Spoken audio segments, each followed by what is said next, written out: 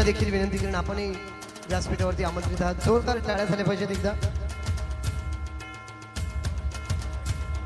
White light करा, colourful bulb. Thank you.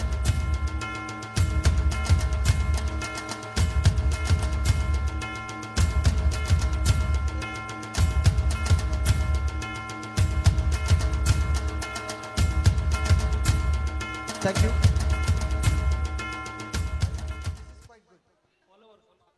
Sir. Thank you. Follow बंद करा. हां बस थँक्यू. फॉलो बंद झाला. थँक्यू. एलईडीचा इफेक्ट कमी केलाय. नॅचरल लाईट्स मध्ये आलोय सर. धन्यवाद आल्याबद्दल आणि आपण आल्या इतका मोठा आमूलाग्र बदल केल्याबद्दल. इतक्या वेळ मला देखील कळत नव्हतं कोण गोर कोण काळ. मी स्वतःच गोरा दिसायला लागलो होतो इतका वेळ. नंतर माझा गैरसमज दूर झाला. Thank you sir. हे एक गुरुच करू शकतो सर. खूप खूप आभार आपला. आपण यशवंत एज्युकेशनल ट्रस्टच्या या लिटिल जीनियसच्या प्री प्रायमरी स्कूलच्या फर्स्ट अॅन्युअल डेला आलात आणि न भूतो न भविष्यती असा हा कार्यक्रम इथे होतोय. यूट्यूबच्या माध्यमातून लोक हा कार्यक्रम बघत राहतील फ्युचरमध्ये देखील. मी निखिल परबजी यांना विनंती करीन as a Yashwant educational trust आणि या प्रायमरी स्कूलचे लिटिल जीनियसचे सर्व आपण सरांचा मोठ्या मनाने त्यांचा आदर सत्कार करायचा आहे. शाल श्रीफळ आणि हे सन्मान चिन्ह देऊन या ठिकाणी आदरणीय आमदार श्री ज्ञानेश्वर म्हात्रे सर यांना आपण इथे त्यांचं स्वागत करतोय. जोरदार टाळ्या झाल्या पाहिजे जरा जोरदार.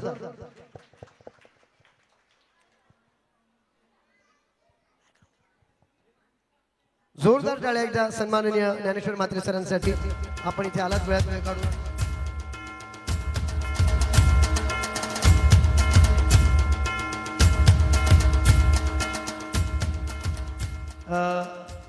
नक्कीच आम्ही देखील इथे आपली मधुर वाणी ऐकण्यासाठी आसुसलेले आहोत आणि आपण इथे सर्व आमच्या पालकांना या चिमुकल्यांना सर तुमच्या हाताखालून अनेक विद्यार्थी घडले असतील आणि तुमच्या शाळेतली एक विद्यार्थिनी जिने इंडियाचं नाव आता आपल्या बदलापूरचं नाव अख्ख्या देशभरात पोहोचवलं.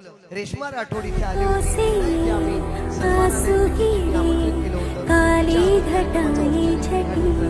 आणि मुलांना देखील आपण उत्तम विद्यार्थी घडवले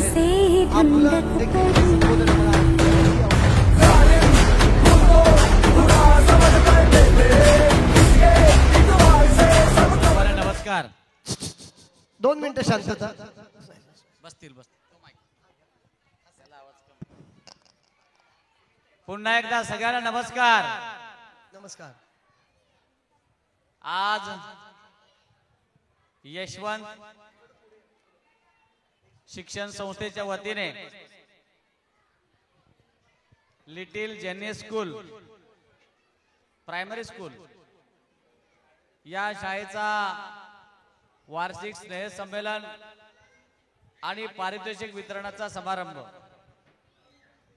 या प्रसंगी या प्री स्कूलचे संस्थापक आमचे मित्र निखिलजी परब आणि त्यांच्या सहभागीवती प्राजक्ता परब या दोघांनी या परिसरातील विद्यार्थ्यांसाठी लहान मुलांसाठी ही प्री स्कूल सुरू केली.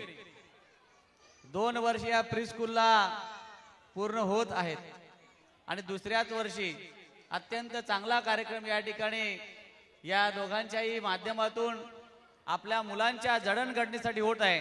त्याकरता त्यांच्यासाठी जोरदार टाळ्या वाजवल्या पाहिजेत.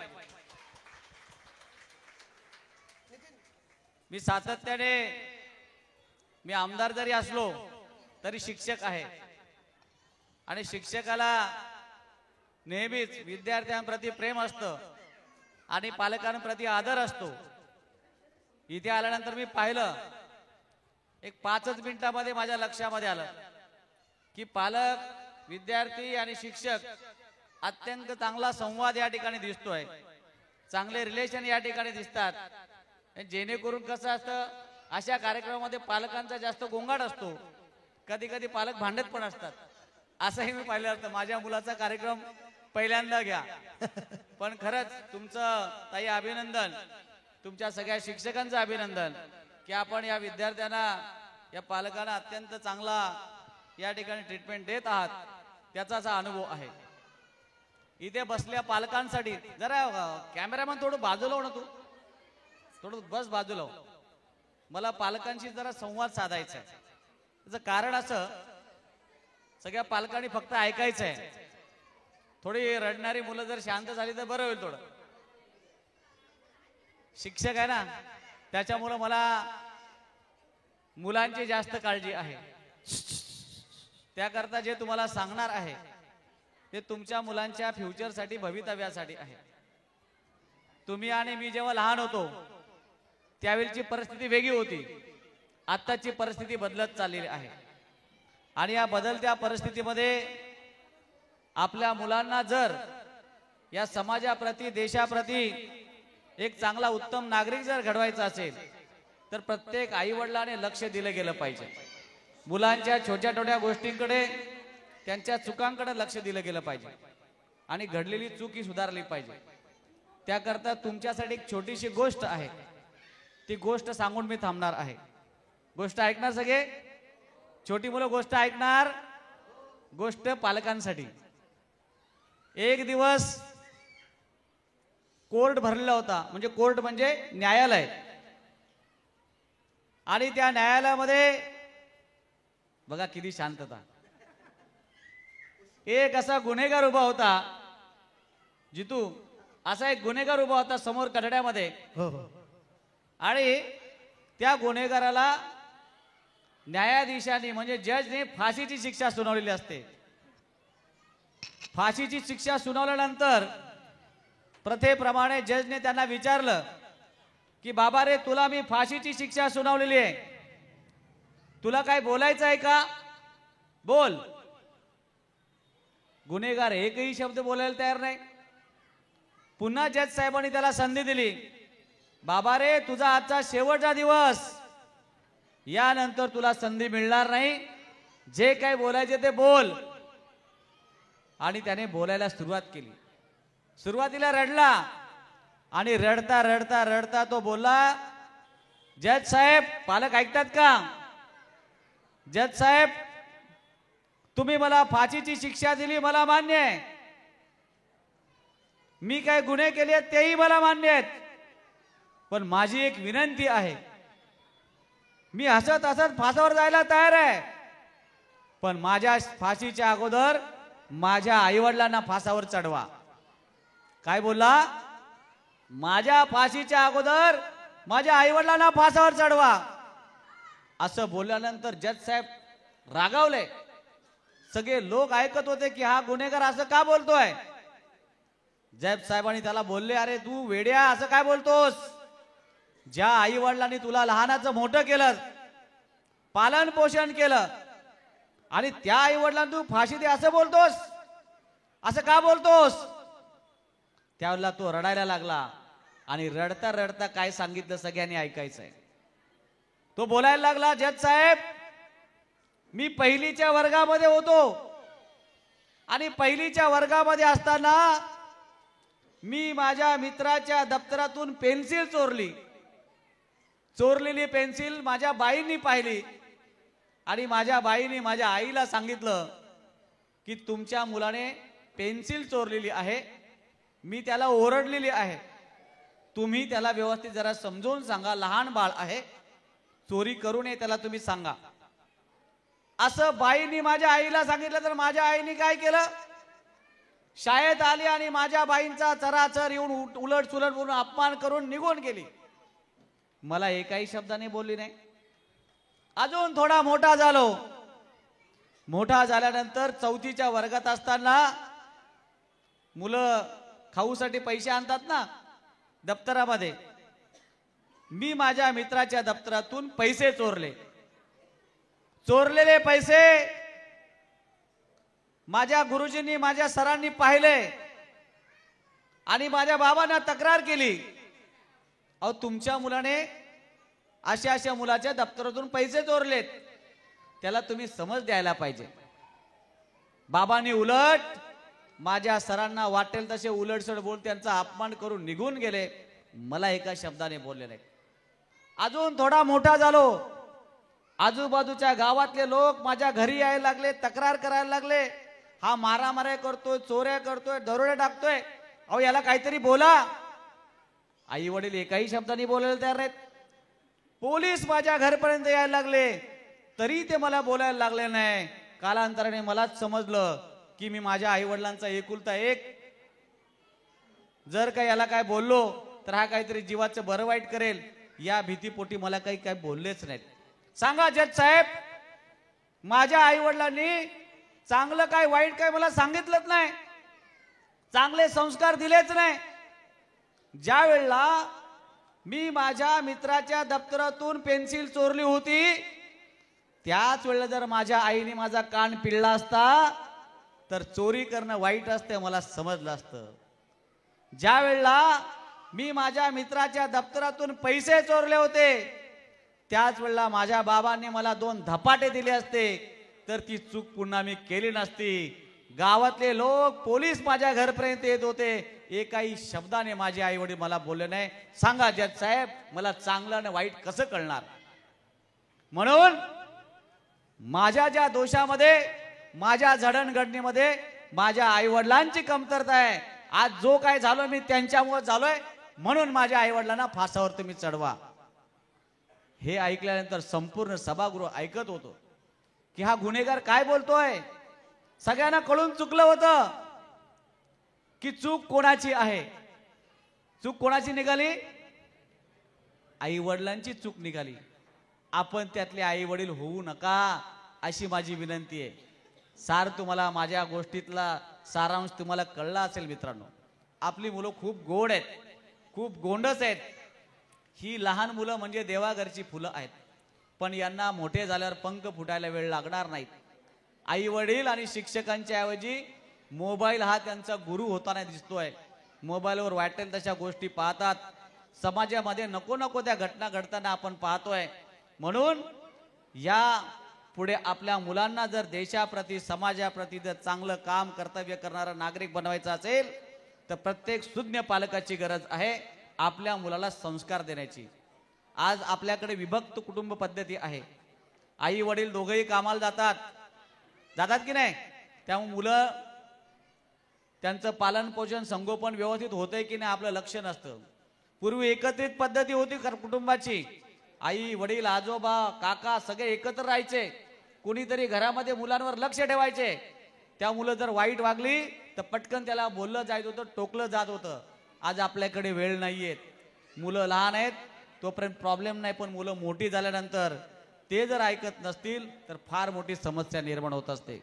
म्हणून माझ्या पालकांना सगळ्यांना माझी विनंती आहे की आपल्या मुलांना चांगले संस्कार द्या.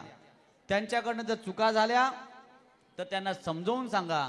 गरज लागली तर कान पिळा, अजून गरज लागली तर 2 फटकेही द्या, पण आपल्या मुलाला सुधारण्यासाठी प्रयत्न करा. शाळेतले शिक्षक मारू शकत नाही. आणि अजून एक, तुम्ही शाळेतल्या शिक्षकांशी भांडायला येता कधी? येता? हा का मॅडम?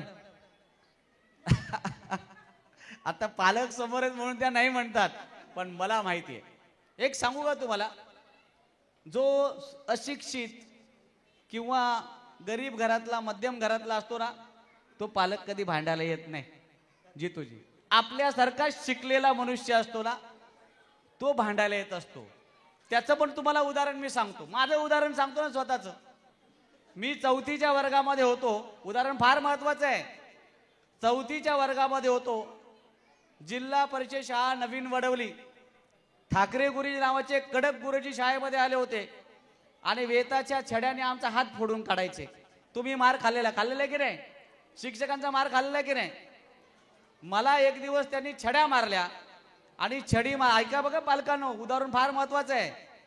छडी मारता मारता ती छडी मी चुकवायला गेलो आणि माझ्या उजव्या दंडावर बसली. इथे बसल्यानंतर मधल्या सुट्टीमध्ये मी घरी जेवायला गेलो. जेवायला गेल्यानंतर माझ्या आईने पाहिलं की हा रडतोय का. बारीकसा होतो, या लहान पोरीसारखा. एका हातातून टपाटप अश्रू रडतात, कारण एवढी छडी लागली होती. अश्रू अनावर दुखत होतं. आई बोलली काय झालं? म्हटलं आई, गुरुजींनी मला मारलंय. मारलंय? बरं ठीक आहे, जेवल्यानंतर मी तुझ्या बरोबर शाळेमध्ये येते. माझी आई अशिक्षित, शिकलेली नाहीये, पण बोलली तुझ्या बरोबर शाळेमध्ये येते. मला आनंद वाटला की आजपासून माझा मार वाचणार, कारण आता माझी आई माझ्या बरोबर शाळेमध्ये येते. आल्यानंतर ठाकरे गुरुजींनी पाहिलं लांबूनच की माझी आई आणि मी दोघ जण चालत येतोय. गुरुजी थोडे घाबरलेले होते, कारण त्यांना माहित होतं मला छडी लागली होती, आता काहीतरी प्रॉब्लेम होऊ शकतो अशी भीती त्यांच्या मनामध्ये निर्माण झाली. आणि आईजींनी कडक आवाजातच गुरुजींना विचारलं, तेव्हाच्या आया म्हणजे कडक ना मावशी, बरोबर की नाही? तेव्हाच्या आया म्हणजे कडक, साध्या नव्हत्या, कठीण शब्द असायचे, कठोर शब्द त्यांचे. आईने विचारलं, गुरुजी तुम्ही याला का मारलं? त्याला गुरुजींनी सांगितलं की मी 30 पर्यंत मुलांचे पाढे पाठ घेत होतो. कितीपर्यंत? तेव्हा 30 पर्यंत पाढे तुमचे माझे पाठ होते की नव्हते? होते. 30 पर्यंत पाढे पाठ घेत होतो. याला 28चा पाढा बोलता आला नाही, म्हणून त्याला मी 28 छड्या मारायला गेलो. त्यातली एक छडी त्याच्या दंडावर बसली आणि म्हणून त्याला लागलेलं आहे. काय बोलले ते? 28 पाढे जर आले नाहीत तर 28 छड्या, त्या पण कसल्या? वेताची छडी. असे गुरुजी मारायचे. माझ्या आईने काय करावं? मला असा धरला आणि गुरुजींच्या अंगावर ढकलून दिला जोरात. आणि गुरुजींना सांगितलं, गुरुजी याला अजून 4-5 छड्या मारा, याचे 30 पर्यंत पाढे पाठ करून घ्या. चुकीचं केलं का माझ्या आईने? बरोबर केलं ना? मग अशी आई आता सापडेल का? बघा, शिकलेल्या आई, माझी आई अशिक्षित होती, पण माझ्या आईचा मला अभिमान आहे. कारण जर का मला माझ्या आईने त्यावेळेला पाठीशी घातला असतं ना, तर कदाचित ज्ञानेश्वर मात्रे शिक्षक झाला नसता आणि आज शिक्षकाचा आमदार सुद्धा झाला नसता असं मला वाटतं. म्हणून माझ्या आईचा मला सार्थ अभिमान आहे. असे पालक तुमच्या शाळेत मॅडम भेटणं गरजेचं आहे. आता मला माहिती आहे माझ्या या गोष्टीचा परिणाम 100% तुमच्यावर होईल. मी इथेच बोलत नाहीत, नर्सरी ज्युनियर सिनियर पर्यंत तुमची मुलं इथे शिकतील, पण इथून पुढे जेव्हा तुमची मुलं पुढे जातील ना, त्यावेळेला सगळ्या शिक्षकांना दोष देण्यात अर्थ नसतो. आत्मपरीक्षण करा. आपल्या मुलाला घडवणारा शिक्षक हा आपल्या मुलाला का बोलतो, का ओरडतो, चुकून एखादा फटका का देतो, तर त्याच्यातले दुर्गुण निघून जावेत, त्याला चांगला अभ्यास करता यावा, त्याची काही चूक झाली असेल याकरता त्याने पुन्हा ती चूक करू नये, या प्रेमापोटी आपलं मूल समजून एखादा फटका मारण्याचा प्रयत्न करतो असतो. मित्रांनो, अशा वेळेला आपण समजून घेतलं पाहिजे. एक मूल सांभाळताना आईला नाकी नऊ येतं, बरोबर ना? एक मूल सांभाळताना. रिटायर्ड झालेल्या लोकांना आता आम्हाला काय, बरोबर आहे की नाही? जे कोणी रिटायर्ड झाले आजी आजोबा असतील की नाही, त्यांच्या ताब्यातच मुलं असतात, कारण आई वडील दोघेही कामाला असतात. एक मूल सांभाळताना नाकी नऊ येतंय, 50 मुलं सांभाळताना किती प्रॉब्लेम येत असेल, याचा विचार आपण जरूर पालकांनो करावा. जेव्हा जेव्हा शाळेत कुठेही जाल तेव्हा शिक्षकांशी आदरपूर्वक बोला, सन्मानाने बोला. एवढं सगळं करून जर तुमची मुलं चुकली, तुमच्या मुलाने तुमचं ऐकलं नाही, तर तुमच्या समोर एकच हत्यार असतं. कोणतं माहिती आहे? जर तू आज ऐकला नाहीस, जर तू आज ऐकली नाहीस, तर तुझं नाव तुझ्या गुरुजींना, तुझ्या सरांना, तुझ्या मॅडमला सांगतो, असं आपण बोलतो की नाही? जर का तुम्ही मुलाची पाठराखण केली तर हा अधिकार तुम्हाला राहणार नाही. या 2-3 गोष्टी माझ्या तुमच्यापर्यंत चांगल्या पोहोचलेल्या असतील.